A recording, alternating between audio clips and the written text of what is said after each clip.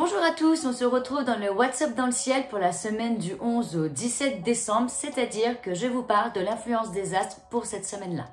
Alors, j'espère que ça va le faire et que ça va pas trop s'entendre parce que malheureusement, dehors, il y a des personnes qui s'occupent de couper les arbres de la propriété. Ça fait un petit peu de bruit, donc j'espère vraiment que ça va pas s'entendre sur la vidéo. Et j'aimerais rajouter aussi que je suis super malade, donc j'aurai peut-être pas la même pêche que d'habitude sur cette vidéo, mais bon, c'est comme ça. On fait avec, je prends sur moi et c'est parti, let's go!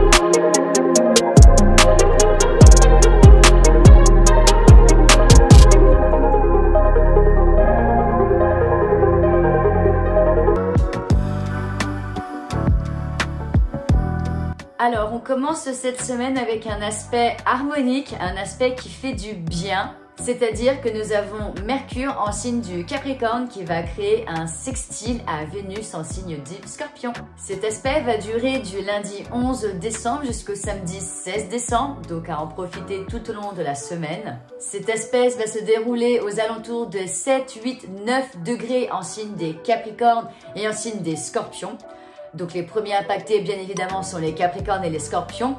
Donc tous les signes de terre et d'eau, premier décan, vous serez impactés par cet aspect agréable. Donc pour tous ces signes-là, la communication sera plutôt favorisée. Cette journée, on sera plutôt d'humeur accueillante et accessible. En plus, en signe des Scorpions et des Capricornes, ce sont des signes plutôt profonds. Donc il se peut qu'il y ait un bon feeling cette journée-là. Je vous conseille d'écouter votre petite voix intérieure, de vous connecter à vos passions avec Vénus. Avec Mercure, pourquoi pas, lisez des livres que vous aimez, appelez les gens que vous aimez. Votre mental peut être très stimulé cette journée-là de manière positive.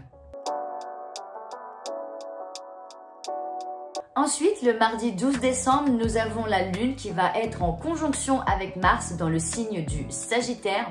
Cette conjonction va se dérouler à 12 degrés du signe. Donc forcément, les premiers impactés seront les Sagittaires. À savoir que selon vos thèmes de naissance, il peut y avoir une énergétique d'harmonie et de dissonance. C'est possible d'avoir un mix des deux. Donc les signes concernés en harmonie sont les deuxièmes décans Bélier, Lion, Balance et Verseau. Donc c'est une bonne journée pour écouter ses instincts. On aura envie d'agir, d'aller plus loin. Il y a une bonne motivation. L'imagination est stimulée, certains auront envie de se battre pour réaliser leurs rêves. Il y a vraiment une bonne énergie, c'est un bon moment pour passer à l'action. Cette conjonction sera en dissonance pour les deuxièmes décans Gémeaux, Vierge et Poissons. Alors là pour le coup, l'imagination pourra partir peut-être un peu trop loin. Attention avec la planète Mars, qui est quand même la planète des combats, de ne pas démarrer au quart de tour sous l'emprise des émotions. Prenez le temps de digérer vos émotions, de les comprendre. Faites attention de ne pas aller trop vite.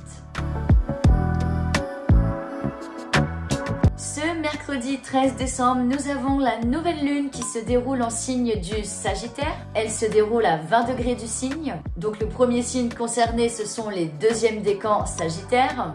Les signes concernés en harmonie sont encore une fois, les deuxièmes décans Bélier, Balance, Lion et Verseau. Cette nouvelle lune sera un peu plus challengeante pour les deuxièmes décans Gémeaux, Vierge et Poissons.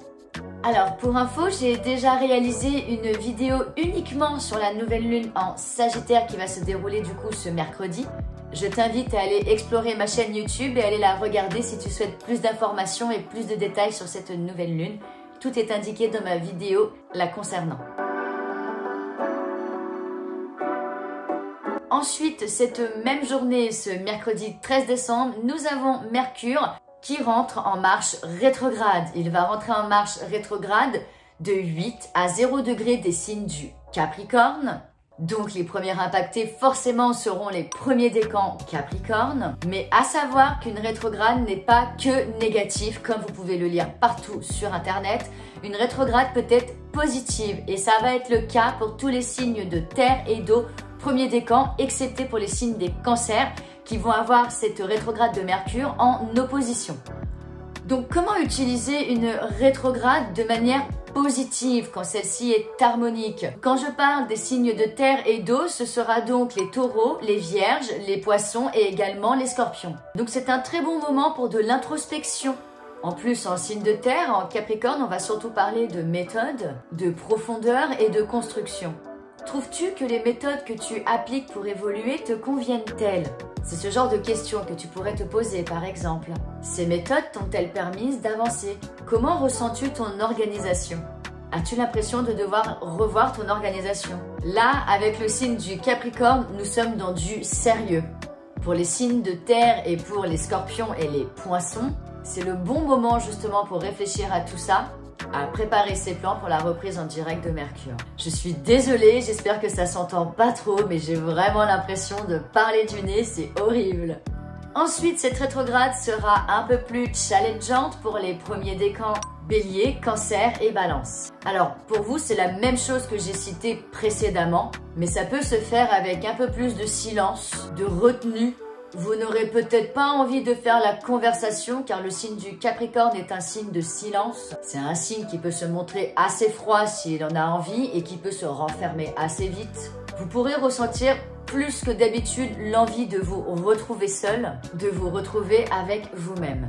Donc en soi, c'est plutôt bien aussi pour pouvoir se recentrer, pour faire son introspection et être bien concentré. Mais attention de ne pas trop se renfermer, au risque de peut-être ressentir une certaine solitude. Pendant cette période, faites attention de ne pas trop être indulgent. Et une mention spéciale pour les béliers. Je sais que vous êtes un signe plutôt réactif, donc attention de ne pas partir au quart de tour lors de vos échanges durant cette période, car à un moment donné, Mercure va se retrouver en carré lors de sa rétrograde, encore une fois pour les premiers décans. Et ensuite, Mercure va continuer de reculer et il va re-rentrer dans le signe du Sagittaire, mais ça, j'en parlerai à la semaine concernée. Et donc, ce jeudi 14 décembre, nous avons la Lune qui va rentrer en conjonction avec Mercure rétrograde en signe du Capricorne. Cette conjonction va se dérouler à 8 degrés du Capricorne. Donc, encore une fois, ce sont les premiers décans des signes de terre qui seront concernés, ainsi que les premiers décans Poissons et Scorpions, de manière harmonique. Donc là, avec Mercure et la Lune, c'est quand le mental rencontre l'imagination. Ce serait à peu près comme je vous ai dit précédemment avec la rétrograde de Mercure, mais cette journée-là sera encore plus propice pour de l'introspection justement. Vous serez bien à l'écoute de vos émotions. Une bonne empathie pourra se faire ressentir envers vous, mais même envers les autres. Prenez le temps de vous apporter de la douceur cette journée-là. Et donc cette conjonction pourra être challengeante pour les premiers décans Cancer, Bélier et Balance. Cette journée-là, du coup, avec Mercure conjoint à la Lune, votre mental pourrait peut-être vous fatiguer. Donc essayez de ne pas gérer 1000 trucs en même temps. Vous pourrez vous poser 1001 questions. Prenez le temps de souffler.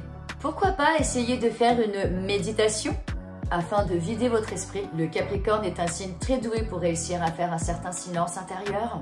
Prenez du recul cette journée-là car l'émotionnel pourra prendre le dessus lors de vos échanges. Et ensuite, ce vendredi 15 décembre, nous avons la Lune conjoint à Pluton au 28 degrés du signe du Capricorne encore une fois. Donc là, les concernés sont les troisièmes décans Capricorne, Taureau, Vierge, Scorpion et Poisson. Alors là, c'est quand l'imaginaire, la Lune, rencontre le subconscient, Pluton. Pour les signes en harmonie, il y a une bonne écoute des instincts, un bon feeling, écoutez votre intuition, faites-vous confiance. Connectez-vous à votre côté créatif, car l'imagination sera puissante cette journée-là. Encore une fois, je reviens avec le côté méditatif, car le Capricorne est vraiment un signe lié à la méditation, tout comme les poissons d'ailleurs. Donc pour les personnes qui aiment la méditation, qui aiment méditer, de puissantes visualisations peuvent émerger cette journée-là. Profitez-en. Cette conjonction sera en dissonance pour les cancers, bélier et balance. Là, l'émotionnel pourra être sur la défensive. L'émotionnel pourra prendre beaucoup de place cette journée-là et être assez envahissant. Vous pourrez vous tourmenter assez facilement, mais ne vous inquiétez pas. D'ici la fin de journée de samedi, ce transit sera déjà estompé. À savoir que tout ce qui touche la lune, c'est hyper rapide. C'est des coups d'humeur, des sauts d'humeur. Les transits avec la lune ne durent pas longtemps. Encore une fois, je rappelle que la lune est liée à nos émotions. C'est pour ça que nos émotions sont souvent changeantes et fluctuantes, car la lune traverse tous les 2 jours et demi un signe du zodiaque. C'est la planète la plus rapide de notre système solaire. Et pour conclure cette semaine, le samedi 16 décembre, nous avons Neptune en signe des Poissons qui va créer un carré au soleil en signe des Sagittaires. Cela va se dérouler aux alentours de 24 degrés de ces 2 signes-là. Donc c'est un aspect de dissonance, c'est un aspect un petit peu tendu. Forcément, les plus impactés seront les 3e décans Sagittaire, Gémeaux, Vierge et Poissons. Alors, avec Neptune, cette journée-là, on pourra se sentir un petit peu perdu dans nos directions. Ne plus trop savoir comment s'y prendre. On peut avoir l'impression d'être dans une période de flou où nous n'avons pas de réponse à nos questions. Certaines personnes pourraient même ressentir une perte de sens avec ce qu'elles font. Alors, n'oubliez pas que nous avons également à côté Mercure qui est en phase rétrograde. Donc vraiment, n'hésitez pas à vous faire votre propre introspection. À noter justement, pourquoi pas sur une feuille, à comment retrouver du sens à tout ça. Qu'est-ce qui vous porte réellement dans la vie? Là justement, le but est de retrouver vos réponses à ce qui vous fait sens dans la vie. Quel est réellement l'idéal que vous souhaitez atteindre? Comment allez-vous vous y prendre? Ce WhatsApp dans le ciel de cette semaine est maintenant terminé. Je te remercie en tout cas de m'avoir écouté jusqu'ici. Si mon contenu astrologique te plaît, n'hésite surtout pas à me laisser un petit like, un petit pouce bleu et surtout à t'abonner sur ma chaîne.